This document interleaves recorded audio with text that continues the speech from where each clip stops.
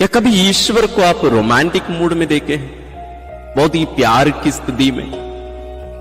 शायद ही। अधिकांश हम ईश्वर को पुलिस के रूप में हम देखते हैं, यानी ईश्वर जो दंड देने वाला, वो गलती ढूंढने वाला, कब मैं गलती करूंगा और ईश्वर मुझे दंडित करेगा, यही मानसिकता अधिकांश हम में रहता है। लेकिन आज के मनन चिंतन में या साधना में हम जो पाठ लेकर मनन कर रहे हैं, इसमें ईश्वर आनंद के ईश्वर के रूप में अपने आप को प्रकट करते हैं। तो आइए हम ईश्वर के एक दूसरे रूप को, जिसको अधिकांश हम नहीं पहचाने हैं, उस चेहरे को आज हम अनुभव करने की कोशिश करेंगे। आइए हम अपना स्थान ले। आप अपने हाथ में पवित्र बाइबल, अपनी डायरी या जर्नल, पेन और पेंसिल रखिए। आइए हम प्रारंभ करेंगे। सबसे पहले अपने आप को ईश्वर की उपस्थिति में रखिए, जो बहुत ही निर्णायक है। यदि यहाँ यह चरण, ये कार्य हम नहीं कर पाते हैं, तो वास्तव में हम इसमें सफलता प्राप्त नहीं कर पाएंगे। इसलिए अपने आप को ईश्वर की उपस्थिति में रखिए। यदि कोई भी बात आपके दिमाग में घूम रही है, आप प्रभु के चरणों में रखिए, अर्पित करिए। सारी चिंताओं को उनके चरणों में rखिए और अपने आप से कहिए कि मैं प्रभु यीशु के साथ विशेष समय बिताने वाला, इसलिए कोई डिस्टर्बेंस नहीं, ना अंदर से कोई बात, ना बाहर से कोई बात। इसलिए अपने प्रियजनों को भी पहले से ही जानकारी दे दीजिए कि आपको वे डिस्टर्ब ना करें। आइए हम प्रारंभ करते हैं। पिता और पुत्र और पवित्र आत्मा के नाम पर, आमीन।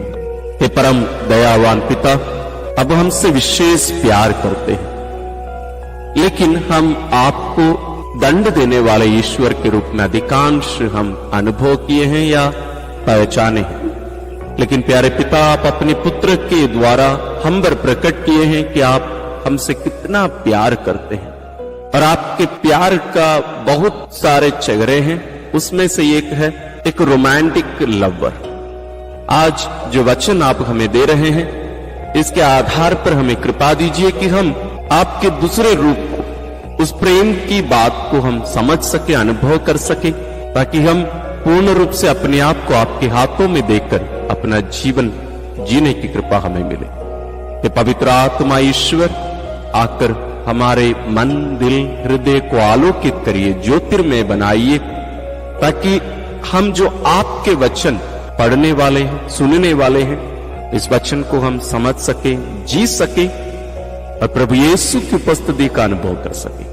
हे प्रभु यीशु क्रिस्त, आप हमसे बात करने वाले हैं, हमें कृपा दीजिए कि हम भी आपके वचन ध्यान पूर्वक लाजरुस की बहन मरियम के समान आपके चरणों में रहकर आपके वचन ध्यान पूर्वक सुनने की कृपा हमें प्रदान करें। हमारी प्यारी मां मरियम सभी संतों, स्वर्गदूतों हमारी मदद करने के लिए आइए। हम ये प्रार्थना करते हैं अपने प्रभु क्रिस्त के द्वारा, आमीन। आज के हमारी इस साधना के लिए हम जो पाठ लिए हैं वो है संत मत्ती रचित सुसमाचार अध्याय 9 पद संख्या 14 से 17। इसके बाद योहन के शिष्य आए और यह बोले, हम और फरीसी उपवास किया करते हैं, आपके शिष्य ऐसा क्यों नहीं करते?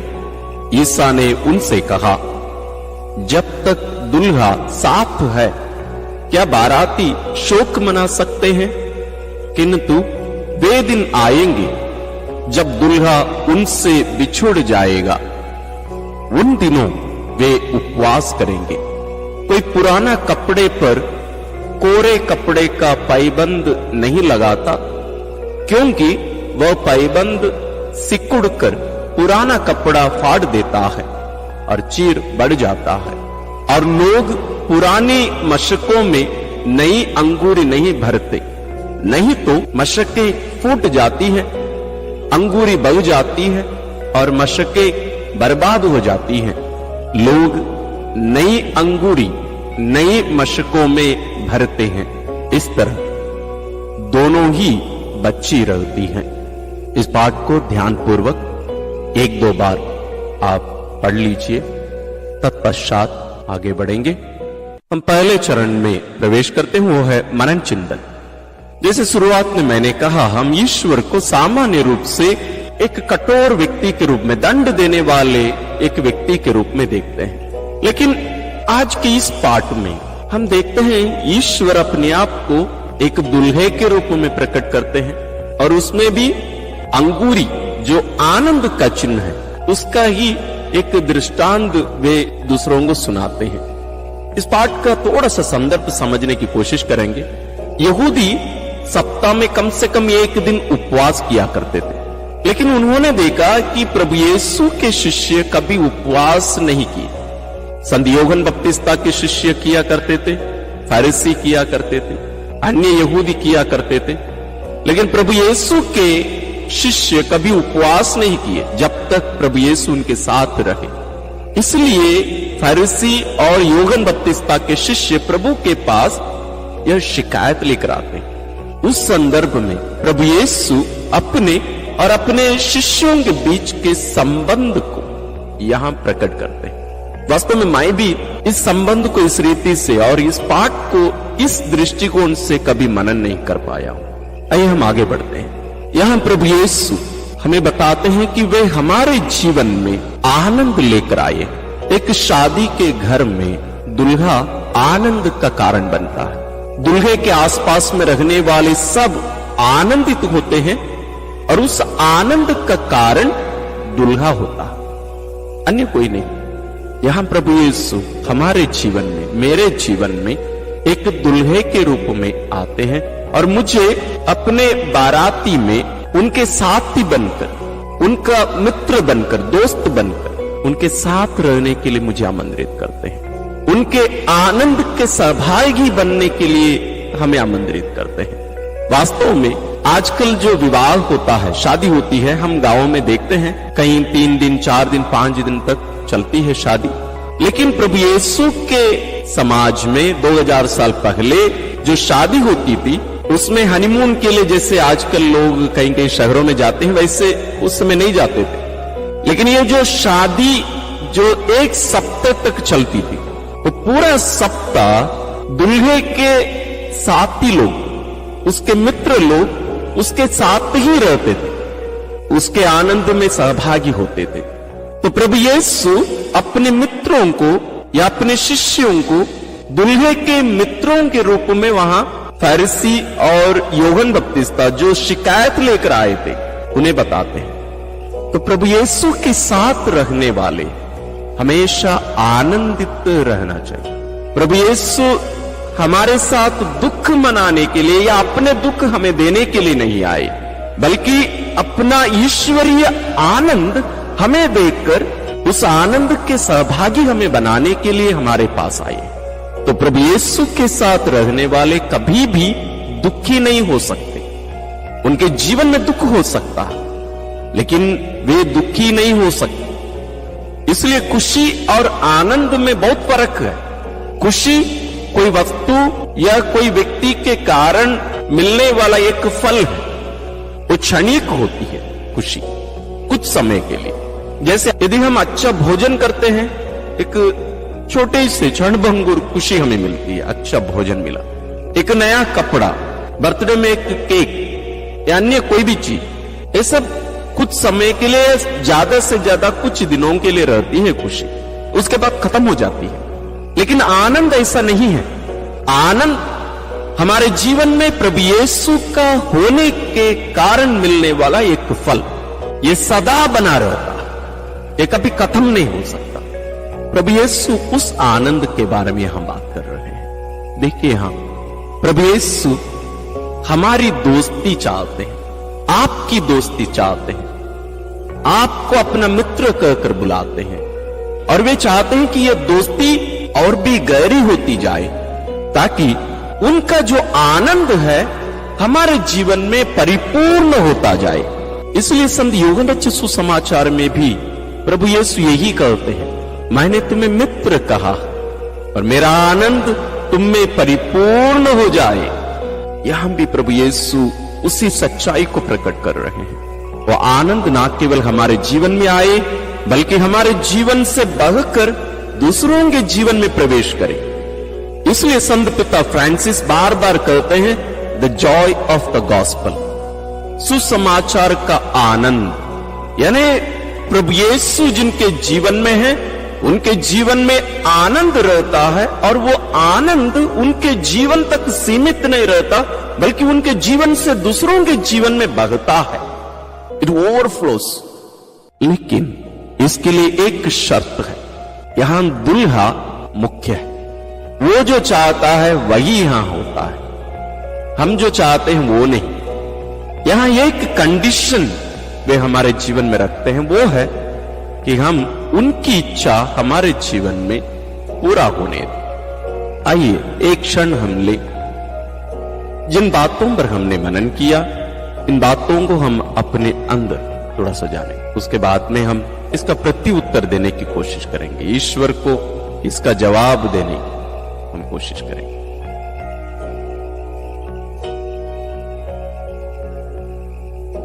प्रत्युत्तर। हे प्रभु, तू जानता है कि एक दुख की संद एक बुरा संद है, तू आनंद का ईश्वर है।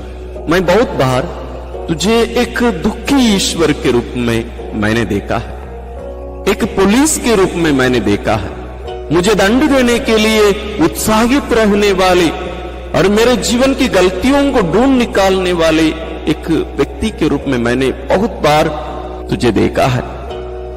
उसी रूप को ध्यान में रखकर मैं तेरे पास आया हूं, प्रार्थना किया हूं, और अपने जीवन को उसी के आधार पर सुधारने की भी मैंने बहुत बार कोशिश की है। लेकिन प्रभु, आज के वचन के द्वारा तू अपने वास्तविकता को मुझ पर प्रकट करता है। मैं भी तेरे इस वास्तविक आनंद के लिए लालायित हूं, मैं भी तरसता हूं, मैं भी चाहता हूं जैसे तू चाहता है। और मैं चाहता हूं कि जैसे तू हम पर प्रकट किया है कि मेरे जीवन के दुख और चुनौतियों के बीच में भी तेरा ये आनंद मेरे जीवन में सदा बना रहे। हे प्रभु, इस आनंद को तेरे प्रेम के साथ मिलाकर मुझे दे, ताकि मेरे जीवन में जब मैं दुखों का सामना करूं, चुनौतियों का सामना करूं, तेरा प्रेम मेरे जीवन में इतना भर जाए कि मैं हमेशा आनंदित रह सकूं, तेरे आनंद का अनुभव मेरे जीवन में मैं करता रह सकूं। प्रभु, मैं विचार से जरूर तेरे प्रेम पर विश्वास रखता हूं, लेकिन बहुत बार मैं उस वास्तविकता को अनुभव नहीं कर पाता हूं, उस वास्तविकता को मैं बहुत बार जी नहीं पाता हूं। मेरे लिए एक बहुत बार एक कल्पना के रूप में रहता है, एक विचार के रूप में, एक सोच के रूप में ही रह जाता है। इसलिए मैं आज तुझसे विनती करता हूं, तू मुझे सिखा कि मैं कैसे तेरे इस प्रेम पर भरोसा रख सकूं, विश्वास कर सकूं, और वास्तविक रूप से जैसे तू मुझ पर अपना प्रेम प्रकट करता है, मुझसे जैसे तुम प्रेम करता है, वैसे ही मैं उसको समझ सकूं। मेरी कल्पनाओं को, मेरी बातों को तुझ पर ना डालूं।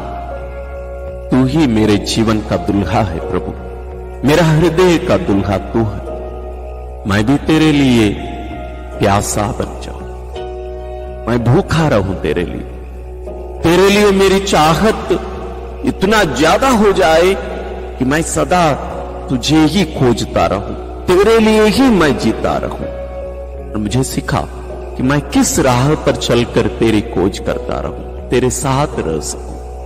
लेकिन बहुत बार मुझे डर लगता है कि आगे तू मुझसे क्या मांगने वाला है। डर लगता है कि कहीं मेरी स्वतंत्रता को छीन तो नहीं लेगा, मेरी पहचान को तो नहीं तो छीन लेगा, मेरे जीवन को मुझसे तो नहीं छीन लेगा, मेरी दुनिया तो खत्म नहीं हो जाएगी यदि मैं तेरे लिए जीऊं तो।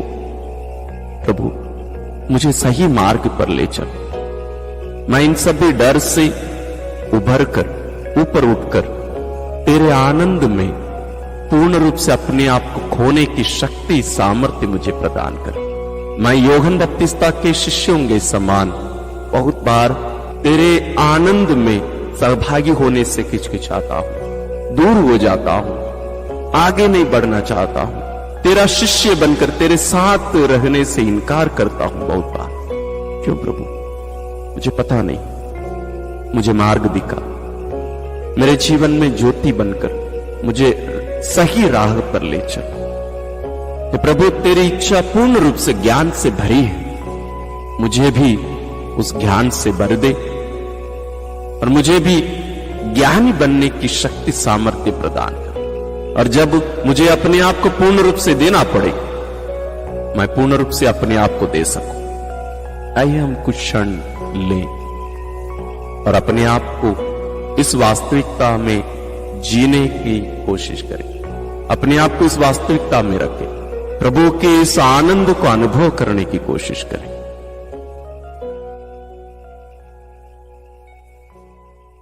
आइए हम अपनी वास्तविकता को प्रभु पर प्रकट करें। हे प्रभु, तो पूरे इतिहास को रास्ता दिखाता है, मार्ग दिखाता है।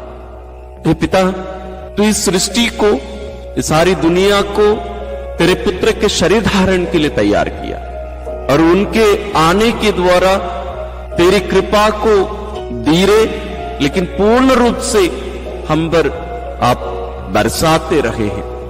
और आज भी तेरी कलीसिया के द्वारा उन कृपादानों को हमें भी प्रदान करते आ रहे हैं। हे प्रभु यीशु, तेरी उपस्थिति के लिए हम तुझे धन्यवाद देते हैं, तेरी क्षमा के लिए तुझे धन्यवाद देते हैं, तेरे अनुग्रह और कृपादानों के लिए तुझे धन्यवाद देते हैं।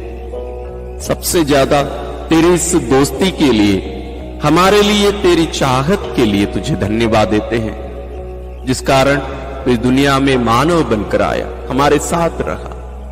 प्रभु, मैं भी तेरी इस चाहत को दूसरों पर प्रकट कर सकूं, तेरे इस आनंद को मैं दूसरों तक भी मैं ले जाना चाहता हूं। तो इसके लिए मैं तेरी कलीसिया का भी जो निर्माण कार्य चल रहा है उसमें अपना योगदान देना चाहता हूं। तेरे कलीसिया रूपी इस शरीर में मैं जो अंग हूं, मैं एक स्वस्थ कोशिका बनकर, एक स्वस्थ अंग बनकर तेरे शरीर में मैं रह सकूं। मेरे जीवन की बीमारियों को, आध्यात्मिक बीमारियों को दूर कर दे। हे प्रभु, मेरा उपयोग कर, मेरा प्रयोग कर, क्योंकि तेरे साथ रहकर मैं सब कुछ कर सकता हूं। तेरी सहायता से मैं सब कुछ कर सकता हूं। इस दृढ़ विश्वास में, इस आनंद में, इस प्रेम में मैं जीता रहूं। एक कृपा मुझे प्रदान कर। अब हम चौथे चरण में जाते हैं, जहां आपको थोड़ा ज्यादा समय बिताने की जरूरत है। ईश्वर से जो वार्तालाप हुआ है, इसके आधार पर कुछ संकल्प या निर्णय लेना जरूरी है, जिसको आज के दिन और आने वाले दिनों में भी हम जिएंगे और करेंगे। या कुछ त्याग ना रहे तो उसको त्यागेंगे। इसके लिए थोड़ा ज्यादा समय बिताइएगा और आपके जर्नल में, आपके जो डायरी है, उसमें जो भी बातें आप सुने हैं, मनन किए हैं, उन सबको जरूर लिख के रखना मत भूलिएगा। ये बहुत ही निर्णायक है, बहुत ही जरूरी एक चीज है, जरूर इसको करना मत भूलिए। ये सब होने के बाद आइए हम प्रार्थना करें। हे परम दयालु प्यारे पिता, इस विशेष अवसर के लिए तुझे धन्यवाद देते हैं। हे पवित्र आत्मा ईश्वर, हमारे साथ रहने, हमसे बातें करने के लिए तुझे धन्यवाद देते हैं। हे प्रभु यीशु ख्रिस्त, आपकी उपस्थिति के द्वारा, आपके वचन के द्वारा आप हमें विशेष रूप से आपके प्रेम से प्रेरित किए हैं, पोषित किए हैं, और उस प्रेम को जीने के लिए आज आप हमें प्रेरित कर रहे हैं। इसके लिए हम तुझे धन्यवाद देते हैं। तू हमारे जीवन का दुल्हा है, हमारे हृदय का दुल्हा तू ही है। हे प्रभु, तेरे इस वास्तविकता को, इस वास्तविक चेहरे को हम अपने जीवन में जो आज पहचाने हैं, इसको हम जीने की और हमारे साथ हमेशा रखने की कृपा प्रदान करिए। हम सभी संत बनने के इस राह पर एक दुखी संत नहीं, बल्कि आनंदित रहने वाले संत, आपकी उपस्थिति में जीने वाले एक संत हम बनकर इस आनंद को दूसरों को भी देने वाले हमें बनाने की कृपा कर।